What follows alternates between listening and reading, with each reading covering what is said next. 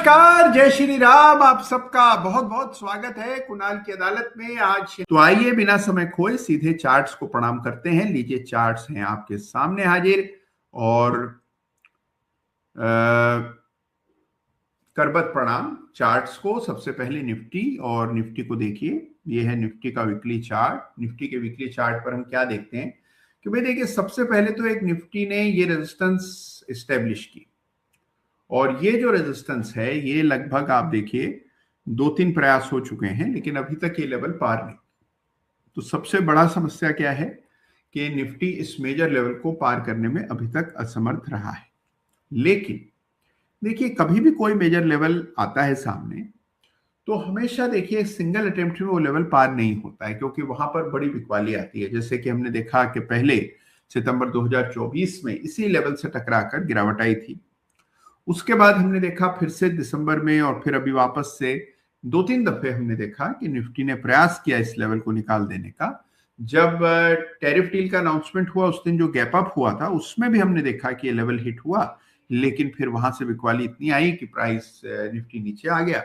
और अभी भी हम देख रहे हैं कि इस स्तर के आसपास ही बिकवाली का दबाव है। तो पहली चीज कि ये मेजर रेजिस्टेंस है जिससे अभी निफ्टी जिस रेजिस्टेंस को फेस कर रहा है। वॉलेटिलिटी बहुत बढ़ गई है। देखिए, जो सबसे बड़ी समस्या है वो है कि सिंगल वीक का जो मूवमेंट है वो पहले की तुलना में बहुत ज्यादा बढ़ गया है, और इस वजह से, और ये न केवल इंडेक्स में बल्कि स्टॉक्स में भी हम देख रहे हैं कि जो कैंडल साइजेस हैं वो बहुत बढ़ गई हैं, मूवमेंट बहुत ज्यादा हो गया है जो दोनों तरफ चल रहा है। तो इस वॉलेटिलिटी का खामियाजा भुगतना पड़ता है, क्योंकि आपके स्टॉप लॉसेस बड़े डीप होते हैं, और अगर आपका ट्रेड आपके विपरीत जाता है तो नुकसान भी बड़ा दे करके जाता है। तो ये थोड़ा वॉलेटाइल एनवायरनमेंट है जो फिलहाल बाजार में देखने को मिल रहा है। निफ्टी के चार्ट को देखें तो ये बड़ी रेजिस्टेंस है जो आप देख रहे हैं स्क्रीन पर, और ये लेवल जो है अभी तक निफ्टी ब्रीच नहीं कर पाया है। रहा सवाल कि क्या निफ्टी में क्रैश आ सकता है, तो क्रैश के देखिए जो मूल इंग्रेडिएंट्स मान लीजिए वो है कि एक मेजर रनअप होना चाहिए, बहुत लेवरेज्ड पोजीशंस होनी चाहिए, और फिर आप देखिए कि अनएक्सपेक्टेडली मार्केट नीचे आता है, तब वो क्रैश जैसी परिस्थितियां बनती। इस बाजार में बहुत ज्यादा स्केप्टिसिज्म है। ऑलरेडी सब लोग थोड़े से डरे हुए, आशंकित से नजर आते हैं। कोई बहुत अग्रेसिवली पोजीशंस बना रहा हो ऐसा नहीं। तो पहला जो मुद्दा है वो ये है कि क्रैश के लिए बहुत एक्सेसिव एक्सुबरेंस यानी कि तेजी, एक उन्माद सा चाहिए कि भाई बढ़ता ही जाएगा बाजार, हर व्यक्ति तेजी में आ जाए, सभी तेजी की बातें करने लगे, तब आमतौर पर क्रैश जैसी परिस्थितियां बनती। अगर बाजार यहां से गिरेगा भी तो भी जिसको हम नॉर्मल करेक्शन कहते हैं उस तरह का करेक्शन तो कभी भी बिना किसी कारण के भी हो सकता है, और कारण आ जाए तो फिर तो वो डेफिनेटली हो सकता है।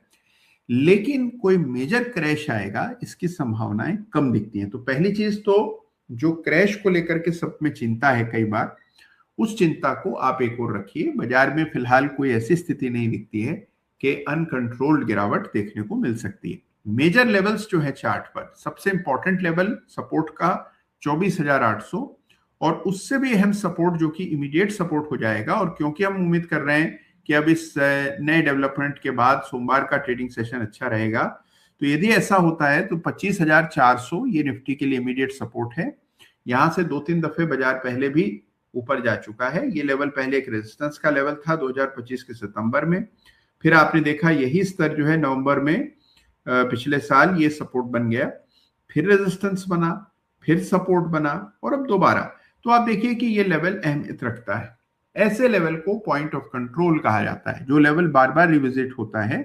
प्राइस इस लेवल से जब जब दूर होने का प्रयास करता है तो इस लेवल का जो आकर्षण है, जो मैग्नेटिज्म है, वो प्राइस को अपनी ओर वापस से ले आता है। इसका मतलब ये पॉइंट ऑफ कंट्रोल है जहां पर के बड़ी ट्रेडिंग हुई है, इस वजह से कीमतें बार बार इस लेवल को रिविजिट करती।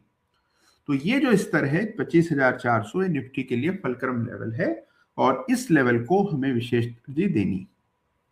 तो 25,400 के आसपास निफ्टी को सहारा है। वॉलेटिलिटी ज्यादा है, गैप अप गैप डाउन हो रहे हैं, कैंडल के साइजेस बड़े बड़े हैं, और इसको लेकर के आप जरूर थोड़े से चिंतित रह सकते हैं, क्योंकि ये काफी इंपॉर्टेंट चीज है। बड़ी बड़ी कैंडल्स हों, स्टॉप लॉसेस बड़े बड़े बन रहे हों, तो ऐसे में हमेशा जो रिस्क कोशेंट है वो बढ़ जाता है, खतरा बढ़ जाता है, जोखिम बढ़ जाता है। और जोखिम बढ़ा हुआ हो और आपको जोखिम संभालना ना आता हो, पोजीशन साइजिंग आपकी दुरुस्त ना हो, तो नुकसान काफी हो जाते हैं। तो इसीलिए संयम बरतने का बाजार आपको संकेत दे रहा है।